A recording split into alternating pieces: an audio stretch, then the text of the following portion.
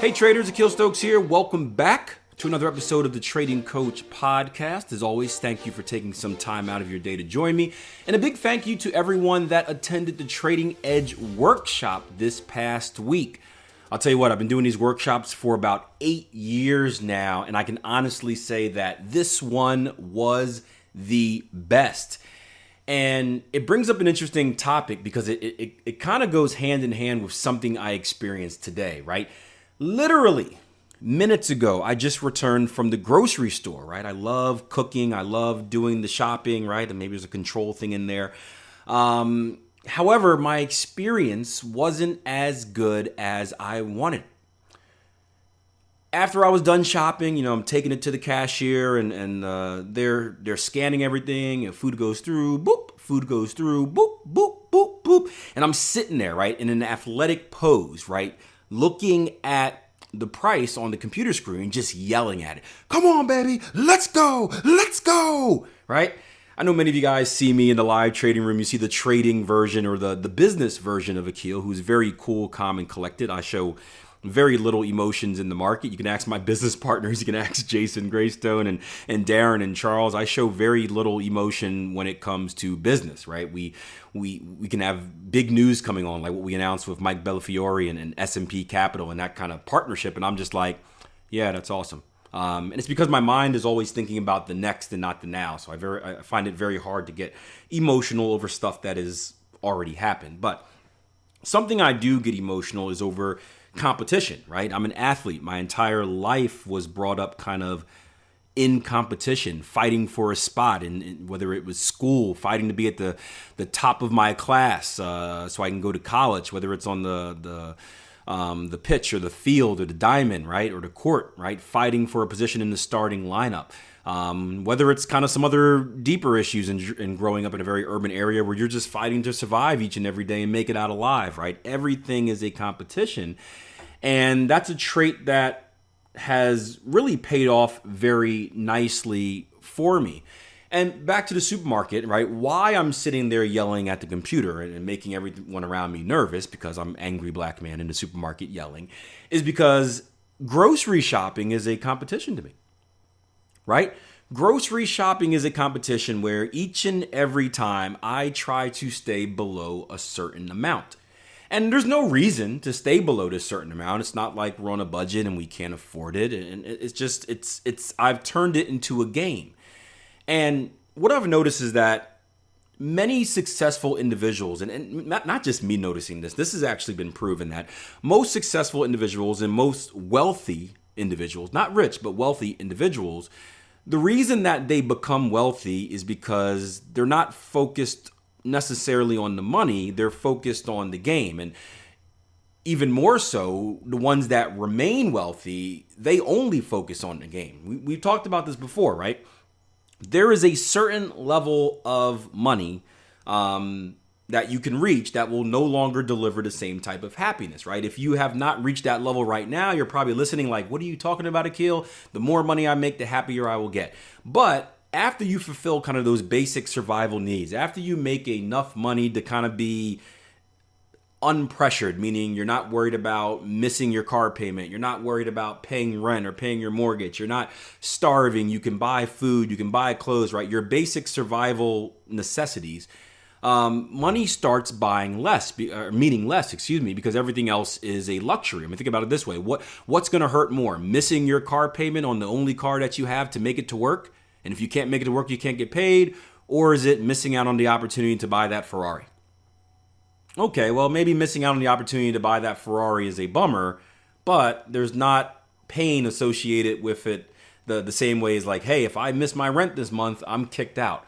So once you hit a certain level, money stops delivering the same type of happiness. And if someone is motivated purely by money, that can have a major effect on themselves and a major effect on their business, right? Because what happens is when you lose motivation in your business, when you lose motivation in yourself, you start to settle, right? Instead of doing, right, when you're at that grind period, the beginning where you have this dream, you have this desire, I want to start this business, I want to become a trader, I want to do this, right? You're grinding as hard as you can, you're putting in all the hours you can to get good because it's kind of like a life or death experience, right? In my story, I quit 3 jobs and I put my back against the wall. Stupid decision, but it was what I needed to be motivated. And I put myself in kind of that life or death situation where it's like, Akil, you have to make it or you're going to fail. You're essentially going to die. And that way, I was motivated to do everything humanly possible to become successful, right? And it's great at the beginning, but once you become successful, right? Once you get out of that zone where it's like it's a need, what happens is that many people tend to settle. And when they settle, they stop doing kind of the small things, right? They start waking up a little bit later each morning. They maybe skip days of, doing post-market analysis, right?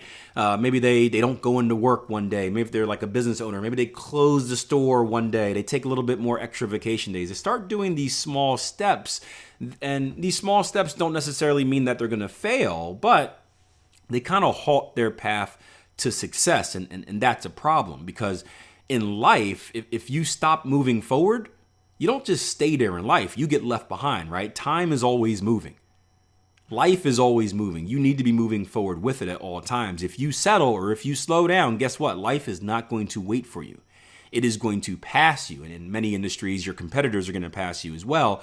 And you put yourself in a not so great situation, one where you did achieve success, you did achieve wealth, short-term wealth, but then you lost it all. Those who are greatly successful and those who remain wealthy are no longer motivated by the money. It is the game. It is the competition. And that's what I'm talking about when I went to the grocery store today.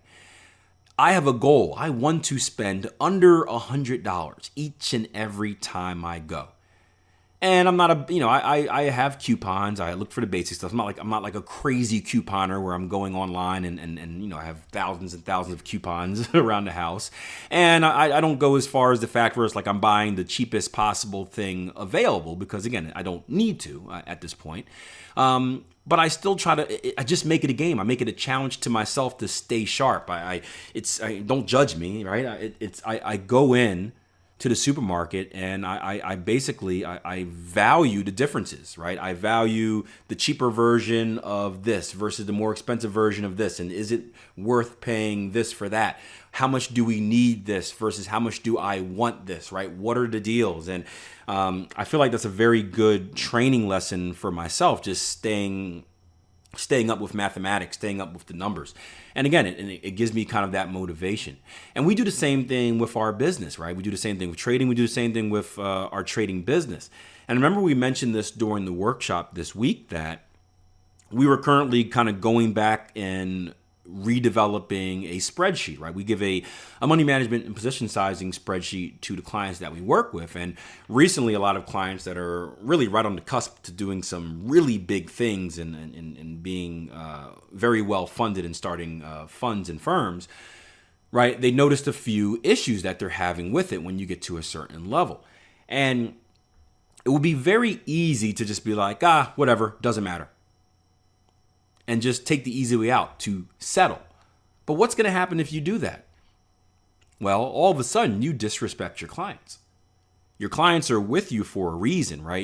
You're providing them a service. They're using that service to help develop their future.